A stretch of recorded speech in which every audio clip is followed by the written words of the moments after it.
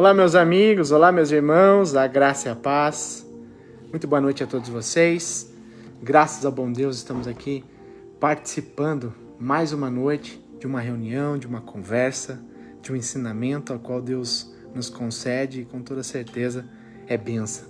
É algo edificante que a gente pode sempre desfrutar do melhor da palavra de Deus. Amém? Sejam muito bem-vindos a todos vocês que estão entrando, Gislaine. Em nome de Jesus Cristo, sintam-se à vontade.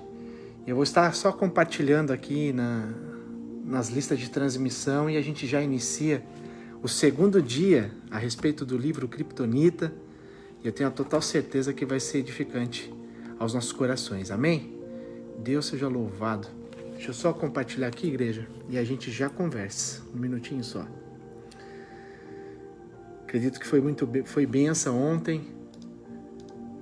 Eu tentei fazer um pouco curto o vídeo, mas acabou dando quase 1 hora, né? Mas eu prometo que hoje eu vou tentar ser o mais breve, resumir o mais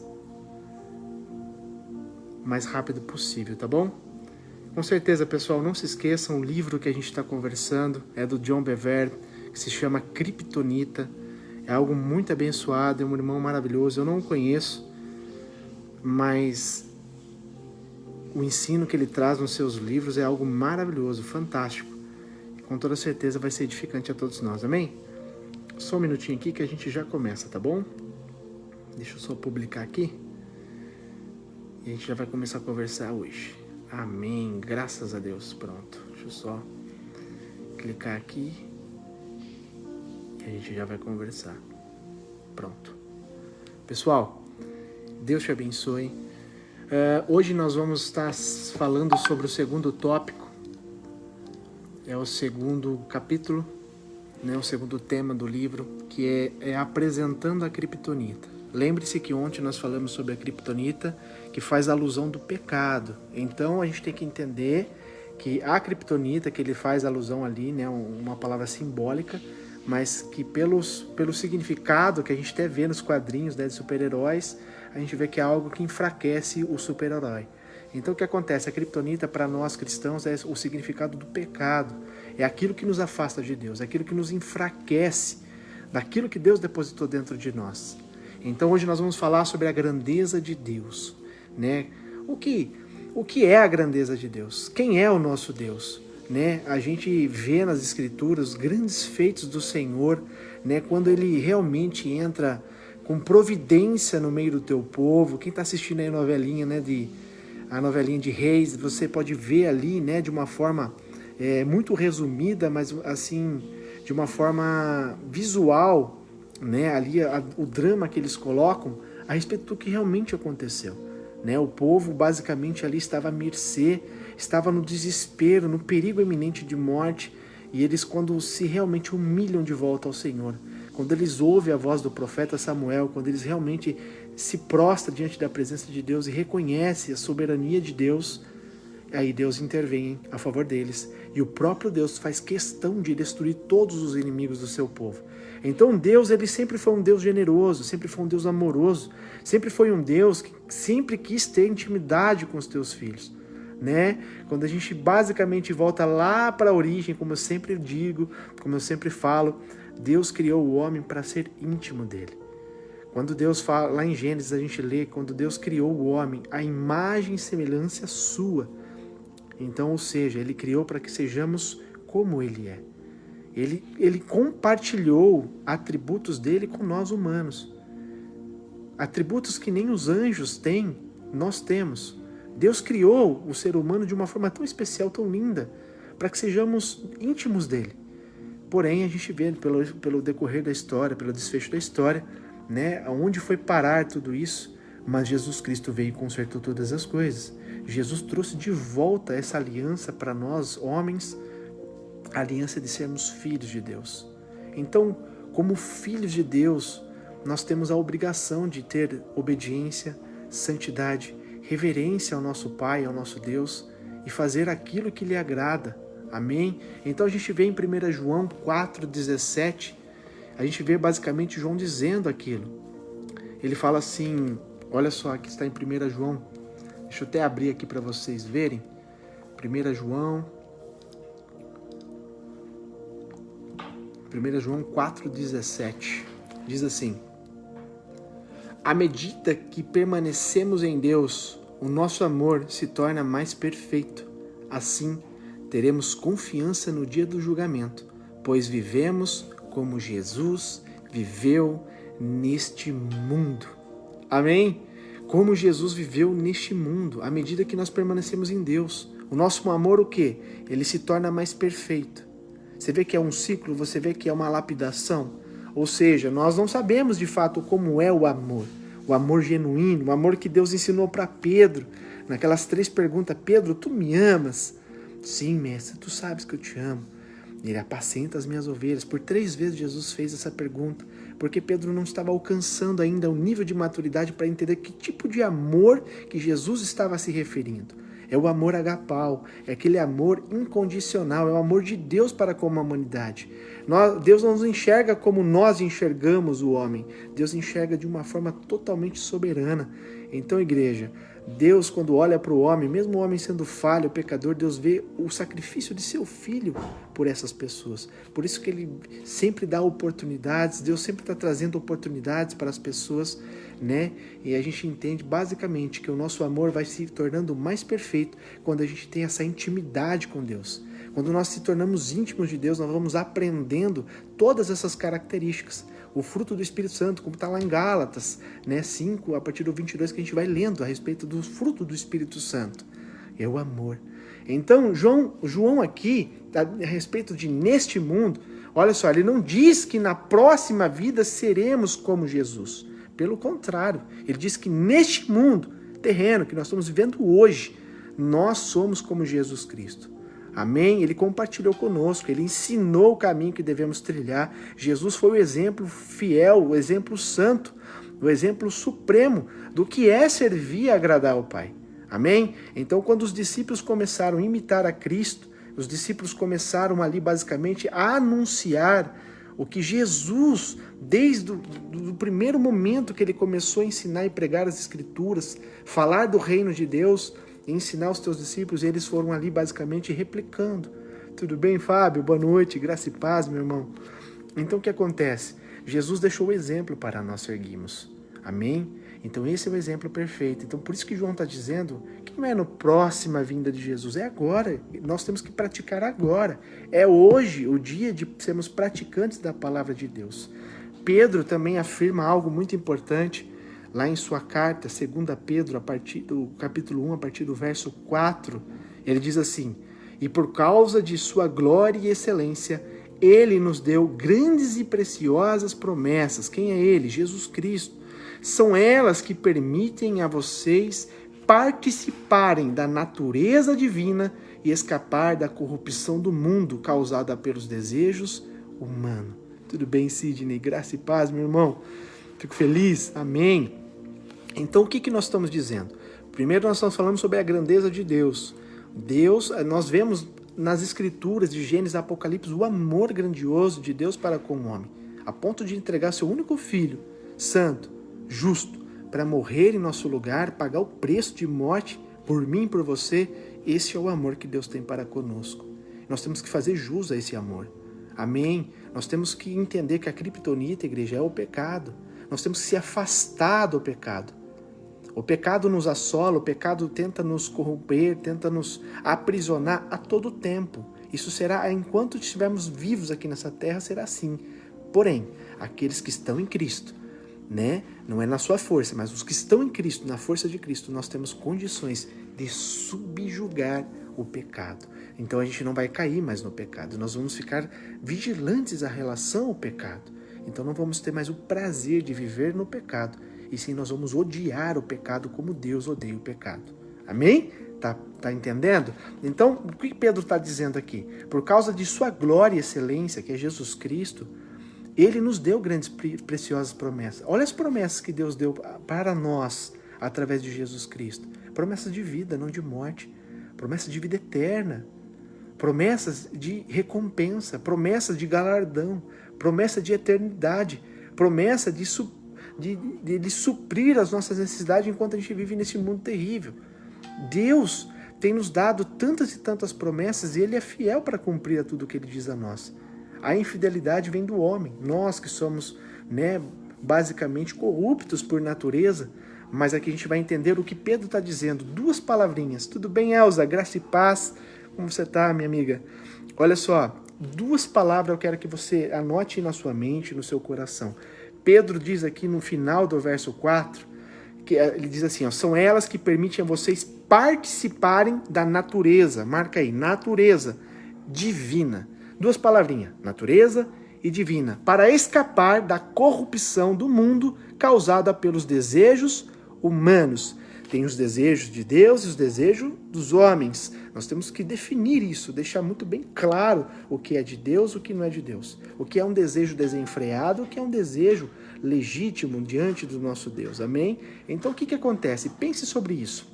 Olha só, a palavra divina no grego, que Pedro está usando aqui, ela é chamada como theos.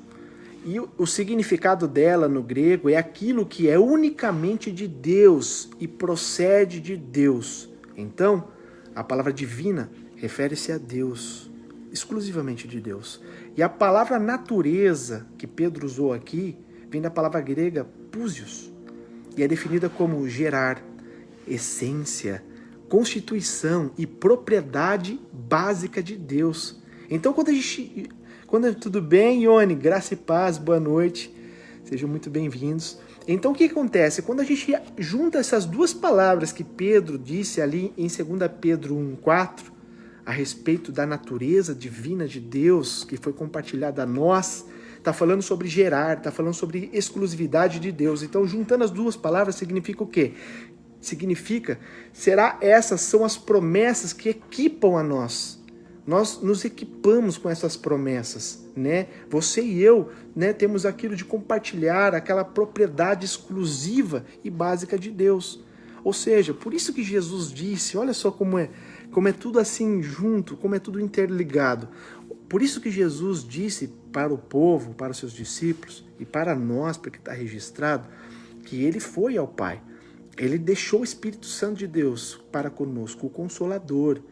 Consolador, não é o espectador, o Espírito Santo de Deus não é o espectador que está do lado olhando e vendo você fazer as coisas, trabalhar. Não, ele é o Consolador, ou seja, é o auxílio. Ele quer te ajudar. Ele está falando, ei, peça minha ajuda, ei, me busque, deixe-me participar. Eu não sou espectador, eu sou ajudador, eu sou auxílio de Deus para você. Entende? A preciosidade que Deus disponibilizou para nós, homens. Então o que acontece? Quando a gente entende sobre essas 2 palavrinhas, divina, natureza, que está compartilhada conosco, a gente está gerando a essência de Deus, está inalando, está exalando a essência de Deus para o mundo. Por isso que nós temos que fazer a diferença. Que diferença é essa? A diferença de filhos de Deus. A essência de Deus tem que exalar de nós, igreja. Temos que fazer a diferença aonde nós estivermos. Se as pessoas não olhar para nós e falar assim, essa pessoa é diferente, tem algo divino nela, tem algo assim que brilha, tem algo que traz paz, tem algo que traz consolo, tem algo que traz ali pacificação. Se nós não tivermos isso, igreja, tem alguma coisa errada dentro de nós. Amém? Por quê? Porque nós carregamos a natureza divina de Deus e temos que transmiti-la para os demais. Fomos chamados para transmiti-la. Por quê? Porque Jesus deixou essa ordem imperativa a nós. Deus, através de Jesus Cristo, nos deu uma ordem. Vá e pregue o Evangelho. Pregar significa anunciar. Amém? Eu não tenho que criar nada, criar lógica, criar filosofia, criar religião. Não, Deus não falou para não criar nada. Ele falou, vai e pregue. Ou seja, a palavra pregar significa transmitir aquilo que já existe. Anunciar aquilo que foi apresentado exclusivamente por Deus. Amém? Então a gente entende que nós somos chamados para isso.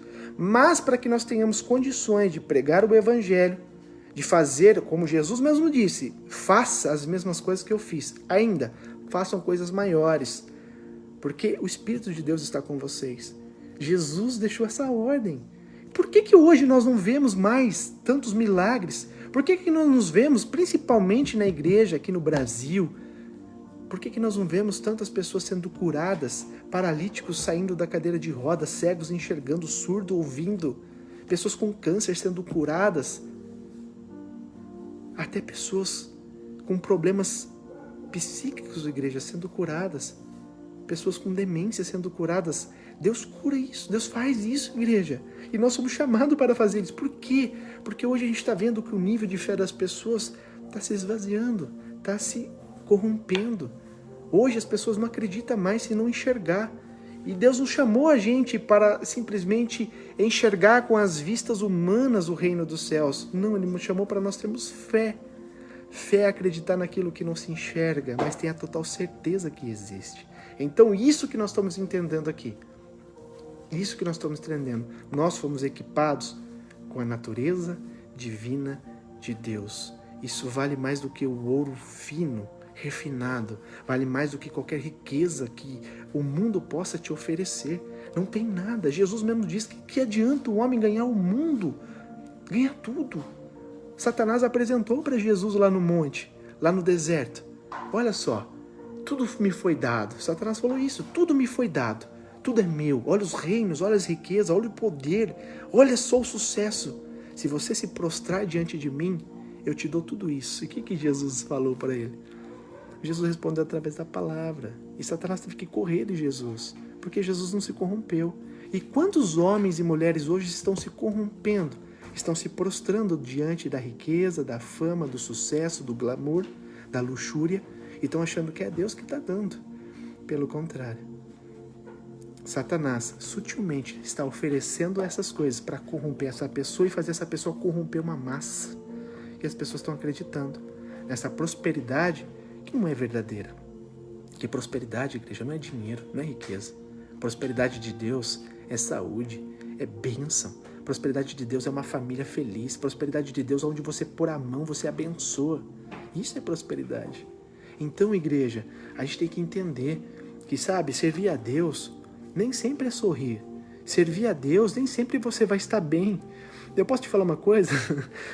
Você mais sofre do que você sorri servir a Deus. Por quê? Porque é renúncia todos os dias. É sacrifício todos os dias. Jesus não quer sacrifício de você ficar andando de joelho no milho, fazendo sacrifícios de tolo. Deus não quer isso de nós. Sabe qual que é o maior sacrifício que Deus requer de mim, de você? Aqui, ó. É um coração. Um coração quebrantado. Um coração puro. Um coração íntegro, um coração que não se corrompe, um coração que você pode passar o que você passar na vida, o que vier de dificuldade, de luta na sua vida, você não vai se corromper. Aí quando a gente vê Jó, que foi um homem íntegro ao Senhor, que o próprio Deus fez questão de mostrar para Satanás que existe um homem na terra que era íntegro. E Satanás, claro que não. Jó, ele não reclama, ele não murmura, ele não xinga o Senhor, porque o Senhor dá tudo para ele. Olha só, é o cara mais rico do Oriente. O Senhor tem dado tudo, a família dele é maravilhosa. O Senhor tem cercado ele, eu não posso nem tocar nele. Agora, deixa eu tocar nas coisas dele para você ser um blasfema contra o Senhor. O que Satanás está querendo dizer para Deus? Ele só te ama porque você dá as coisas a ele. E o que Deus falou a Satanás? Porque Deus conhecia o coração do homem. Satanás não conhece o coração. Ele te avalia, né? Satanás, desde quando você é petitico, criancinha, ele tá com agentes que tá te, observando. Então ele sabe o seu comportamento, como você reage às suas fraquezas, ele sabe tudo de você. Mas o seu coração, sabe quem é o único que esquadrinha o seu coração? É o Deus Altíssimo, o Deus Todo-Poderoso. Ele esquadrinha o seu coração, como ele esquadrinhou o de Jó. E ali a gente vê a história, o desfecho da história maravilhosa, que aquele homem venceu, porque ele cria no Deus que ele servia. Ele servia por amor, não por medo, nem outra coisa. Amor. Então, igreja, Deus nos chama para amar a sua obra, amar a sua palavra, viver com amor. Amém? Então, olha só, por que eu disse a respeito de sofrimento? Porque eu vou trazer duas figuras aqui da Bíblia que realmente... um deles sofreu demais. A gente vê a história de Davi, né?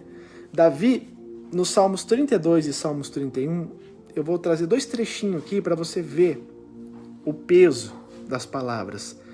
Salmos 32, 4, Davi fala isso daqui, ó. Todos os sucos da minha vida secaram. E no Salmos 31, 10, ele diz assim: o pecado esgotou a minha força, eu estou sendo consumido por dentro. Igreja, o que o pecado faz Qual que é o salário do pecado? Jesus fala, é a morte.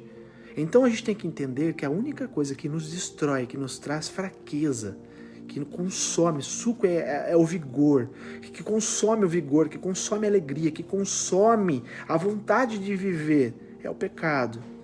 Isso é gradativo, conforme você vai experimentando, você vai se alimentando do pecado, você vai falando assim, mais um pouquinho, a hora que você vai ver, você está seco, secou. Então o que Davi está dizendo? Ele permitiu o pecado fazer parte da vida dele. E ele está dizendo aqui, Senhor, todos os sucos da minha vida secaram. Senhor, o pecado esgotou a minha força, eu estou sendo consumido por dentro, eu preciso de socorro. Eu falhei, eu errei, eu reconheço, eu me humilho. E o que Deus fez com Davi? Renovou, restituiu as suas forças. Porque Deus quer que você vença, não que você perca. Deus quer que você vá e não peques mais, não continuar no pecado. Deus não é aquele homem, sabe, que quer te bater, que quer te crucificar, que quer te torturar, que quer te oprimir. Não, igreja, Deus não é assim. Tem consequências em relação a tudo que a gente faz na vida, tem consequências. Mas Deus quer que a gente acerte e não erre. Por isso que a palavra de Deus é uma exortação. A palavra de Deus é um caminho ao qual nós temos que seguir plenamente. Amém? E Tiago diz aqui, do verso 15 e o verso 16 do capítulo 1, Tiago 1, 15 e 16. O pecado, após ter se consumado, gera morte. Meus amados irmãos, não se deixem enganar. Deixa eu falar uma coisa no seu coração. Olha, presta bem atenção. Tem tipo de pecado que parece até ser bom. Os pecados não são só os pecados que são ilícitos da igreja. Existem pecados lícitos também. Existem coisas que parecem ser maravilhosas e você fala assim, poxa, não é pecado, não estou fazendo mal para ninguém. Exatamente. Você não está fazendo mal para ninguém, você está fazendo mal para você. Você está se consumindo, você está perdendo. Ou seja, Satanás ele é tão astuto que conforme as pessoas vão engajando na palavra, vão se aprofundando com Deus, ele vai cercando da criptonita, esse cristão, eu e você, vamos nos cercando, vamos nos afastando. Peraí, roubar eu não posso, beber eu não posso me alcoolizar, ficar alcoólatra, virar alcoólatra, ficar bêbado, não posso usar droga, não posso roubar, não posso me prostituir, não posso adulterar. São coisas óbvias, que qualquer pessoa que tenha caráter não vai cometer essas tais coisas, porque é ilícito.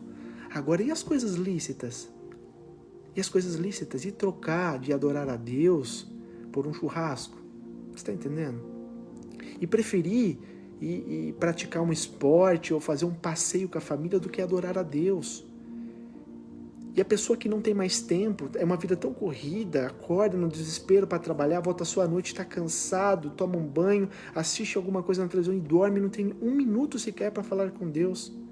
Você está entendendo? Todas as prioridades dessa pessoa é trabalho, é sustento, é família, é lazer, menos Deus. A pessoa não tem condições de agradecer a Deus no início do seu dia, a primícia do seu dia, apresentar a Deus, clamar ao Senhor. A pessoa não tem condições de fazer um jejum para se fortalecer, um jejum para quebrar o mal. A pessoa não tem condições de sentar na mesa com a família, agradecer pelo alimento. É o Pai Nosso. Obrigado pelo alimento que o Senhor nos concedeu mais um dia, por conceder trabalho, recursos para mais um dia ter comida na mesa, Senhor. Obrigado. E aquela pessoa que não consegue, depois que chegou do trabalho em casa, toma um banho, vai no quintal, vai em qualquer lugar que você se sinta à vontade e se prostra diante do Senhor, clama ao Senhor, se humilha ao Senhor, busca intimidade com o Senhor. Senhor, eu quero te conhecer. Deus, eu quero me aprofundar, como está em Ezequiel. Eu quero andar na profundidade dos teus rios, Espírito Santo. Eu quero te conhecer, Senhor, eu sou teu. Então, igreja, é uma decisão servir a Deus. Servir a Deus não é só ir no culto de domingo, cantar 5 louvores lá, ouvir 1 hora de palavra e voltar para casa e passar uma semana sem se comunicar com Deus. Todos os dias temos que conversar com Deus. Amém?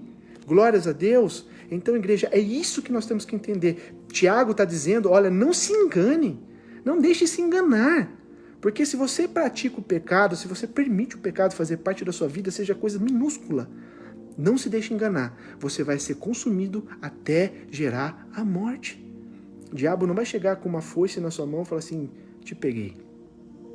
Toma aqui um prato de coisas terríveis para você se alimentar. Não, ele vai trazer coisas exclusivas que você gosta. aquilo que te dá prazer, aquilo que os seus olhos brilham, para fazer isso ser maior do que a vontade de buscar a Deus, maior do que a vontade de jejuar, maior do que a vontade de tirar seu tempo precioso para Deus, devoção, um tempo de você ali, seja matinal, seja noturno, não importa, igreja, nós temos que ter um tempo com Deus, todos os dias, amém? Então, para encerrar aqui a live de hoje, as perguntas de hoje. Então, a pergunta hoje é: o que está prendendo você de viver a excelência de Cristo? Faça uma reflexão. Eu faço essa reflexão todos os dias. Senhor, tem alguma coisa em mim que o Senhor não está se agradando? Tem algum comportamento meu que está roubando o meu tempo de te servir, de te adorar em espírito e em verdade? Eu estou agindo da maneira correta? Eu estou falando as palavras certas para as pessoas, aquilo que o Senhor realmente requer que eu fale, nada do meu achismo, nada do que eu entendo, eu acho, porque eu não posso falar do que eu acho para você, eu tenho que falar do que a palavra diz. Amém? Eu não posso pôr uma vírgula. O Senhor mesmo diz, não acrescente uma vírgula nas minhas palavras. Então, igreja, a gente tem que ser totalmente conduzido pelo Espírito Santo de Deus, para que surta efeito as palavras. Porque se for de mim mesmo, eu posso até comover você, eu posso até fazer você chorar com as palavras, mas se não é do Senhor, se não é do Espírito Santo, amanhã você nem se lembra. Então, igreja, pensa nisso, tá bom? O que você está fazendo? Então, mais uma pergunta. O que está fazendo você pecar contra Deus? O que é? Você sabe. O que é que realmente mexe com você? O que é que você sente, que você percebe? Peraí, isso aqui tem perigo. Sabe um radarzinho? Nós temos um radarzinho. O do homem é fraco, né? O do homem é bem fraquinho. A da mulher é forte. Mas nós que estamos no Senhor temos que buscar essa essência, temos que buscar essa sensibilidade do Espírito Santo de Deus. Se chama discernimento espiritual. Peraí, isso aqui é laço. Peraí, não. Se eu for por esse caminho aqui, com certeza não vai ser legal. Com certeza é uma armadilha. Então, igreja, a gente vai tendo essa sensibilidade. Então, o que você está fazendo que você está pecando contra Deus? Que tipo de atitude, pensamento, comportamento, né? Com que amizades você está se relacionando? Tudo isso tem que colocar na balança, tá bom? Então, mais uma. Então, para finalizar, como isso reconfigura, tudo isso que a gente está dizendo aqui, como isso reconfigura a forma como você pensa sobre a sua vida diariamente? Você tem uma rotina diária, certo? Então, tudo isso que a gente falou, como você pode reconfigurar isso para você agradar a Deus? Para você, né, exaltar o Senhor. Amém, Elza? Testemunho, com certeza, vai ser uma honra. Uma honra, com certeza. Você tem um testemunho para contar, Elza? Se for, pode escrever aqui que eu leio para você. Então, o que é? Né? Talvez você não se considerasse fraco. Talvez você sabe aquelas pessoas que falam assim, não, eu sou forte, sou uma pessoa de oração, né? eu não estou pecando contra Deus, eu não estou fazendo nada de errado, mas tem coisas minuciosas que nos engana se a gente deixar. Tem coisas sutis que vai, sabe, que nem uma erva daninha, você nem percebe, mas caiu uma chuva, 2 dias, já está desse tamanho, não é verdade? Uma erva daninha, então pecadinho também faz mal, também faz estrago. Então, às vezes a gente se considera forte, mas na verdade a gente está fraco. Então, talvez a gente tenha que entender, né, o seu potencial, o que eu e você temos de potencial em Cristo Jesus. E agora que você está entendendo tudo isso que a gente conversou, uma pergunta, você se considera fraco ou você se considera forte? Olha só o que a palavra diz. Se você disse fraco, legal, porque você avaliou-se sabiamente. Sabe por quê? Porque Deus diz que o poder dele se aperfeiçoa na nossa fraqueza. Coríntios 12, 9. É na nossa fraqueza que o poder de Deus se aperfeiçoa em nós, igreja. É quando você fala assim, eu não consigo, Senhor, Deus está nas tuas mãos, eu creio e confio no Senhor. E a gente vê um milagre. Senhor Deus, eu não tenho força, eu não tenho condições, mas o Senhor dá a vitória. Amém? Então tudo isso, igreja, tudo isso, Deus fala para nós. Deus transformará a nossa fraqueza em força quando a gente faz o quê? Quando a gente se humilhar diante dele. Pedro 5,5 diz, Deus se opõe aos orgulhosos. Deus se opõe, Deus vira a costa para aquele que é soberbo, aquele que é orgulhoso. Sabe? Aquele arrogante, aquele homem que é soberbo, que se sente alguma coisa, que é orgulhoso. Deus se opõe a ele. Mas Deus concede graça aos humildes. Seja humilde em todo tempo, seja sincero, seja fiel. Amém? Peça para Deus falar com você sobre quaisquer razões de fraqueza na sua vida, para o Espírito Santo de Deus se aperfeiçoar em você e te ajudar a se libertar, se ajudar a você ser forte com a força de Cristo. Amém? Graças a Deus. Vamos ler o que a Elza mandou aqui? Essa semana fui no mercado, deram um troco a mais, algo me chamou a atenção, nunca confiro. Fiquei aquele dia peguei e conferi. Voltei na hora e devolvi para a moça. Graças a Deus, Elza, isso se chama caráter. Amém? Honestidade. Então, a gente vê que aquilo que a gente acabou de falar lá em cima, o amor pela palavra de Deus vai nos aperfeiçoando, vai nos trazendo cada dia mais a essência de Cristo. Então, parabéns, Elza, isso é maravilhoso, é ser honesto. Porque o que acontece? Se a Elza não fizesse isso, se a Elza falasse, nossa, olha só, nem precisei pagar, tive um troco a mais. Sabe quem ia sofrer? A moça do caixa, porque quando ela fosse fazer o fechamento, ia dar falta, ia descontar do salário dela. E quem ia sofrer? Não era a Elza, era aquela pessoa. Amém, Elza? Que Deus te abençoe, com certeza. Todos nós, igreja, somos chamados para sermos sinceros, sermos humildes, sermos honestos. Honestos com Deus, honestos com o homem. Temos que ter honestidade, se chama caráter. Deus tem que transformar nosso caráter todos os dias para que venhamos manter a santidade e honrar a Deus em todas as coisas. Amém? Que Deus abençoe. Tinha uma nota e disse, você voltou e não voltarei. Aí eu disse que só o que Deus me dá. Com certeza, Deus dá, né, na medida certa para todos nós. Que Deus abençoe. Então, povo de Deus, essa é a mensagem de hoje. Essa é a reflexão de hoje. O poder de Deus, a glória de Deus, que foi manifestada em Jesus Cristo e posteriormente manifestada em nós. Então nós somos as pessoas que carregamos a glória de Deus aqui na terra, igreja. Temos que fazer a diferença. Temos que ser a diferença neste mundo. Não podemos nos amoldar ao mundo. Pelo contrário, temos que mostrar a natureza divina de Deus que habita em nós para as pessoas falarem, realmente eu quero essa vida. Eu quero mudar a minha vida. Eu quero ser como você. Eu quero ter o seu Deus. É isso que nós somos chamados para fazer, igreja. Amém? Que Deus te abençoe. Pense nisso. Amanhã, o dia todo, antes da gente ter a live, né, fica refletindo nessas mensagens e você vai entender o propósito de Deus para a sua vida. Amém? Vamos orar? Querido Deus, te agradeço de todo o meu coração. Te agradeço por mais essa palavra maravilhosa, poderosa, Pai, que o Senhor transmitiu aos nossos corações da tua grandeza, Pai. Nós te servimos, um Deus tão forte, tão poderoso, tão maravilhoso, que compartilhou conosco, Senhor, a sua essência, Pai. Jesus diz lá em João 17, assim como Jesus é um contigo, nós somos um com Ele. É a essência, a natureza divina que habita dentro de nós. Pai, que nós façamos jus dessa presença, que nós possamos ser, Senhor, dignos, Senhor Deus, Pai, de levar a Tua glória, Senhor, para todos os cantos desta terra, Senhor Deus. Transmitir do jeito correto, Pai, com humildade, Senhor, com honestidade, Senhor, com santidade, porque nós só somos um vaso, Pai. A glória não pertence ao vaso, a glória pertence ao que está dentro do vaso. Pai, a tua essência, Senhor, seja exalada, Senhor, através de nós. E com toda a humildade possamos ser exemplo na vida das pessoas, conduzindo as pessoas para a salvação também. Senhor, nós somos salvos para salvar as vidas. E o teu nome seja glorificado por essa reunião, glorificado, Senhor, por cada vida que vai assistir esse vídeo. E assim eu te agradeço por cada família, cada pessoa aqui que está ouvindo, em nome do Pai, do Filho e do Espírito Santo de Deus. Amém. Graças a Deus. Amém, pessoal? Deus abençoe vocês. Hoje eu consegui fazer um pouquinho menos, tá vendo? Acho que 30 minutos, né? Eu consegui resumir um pouco mais. Que Deus abençoe vocês. Tenham uma excelente noite de sono. Amanhã vocês vão trabalhar. Deus abençoe o teu trabalho. E vai refletindo nessa mensagem no dia que você está passando, tá bom? No dia a dia vai refletindo nessas mensagens, no que a gente falou. E amanhã tem mais um tópico, mais um assunto para edificar a sua vida. Que Deus te abençoe e até amanhã.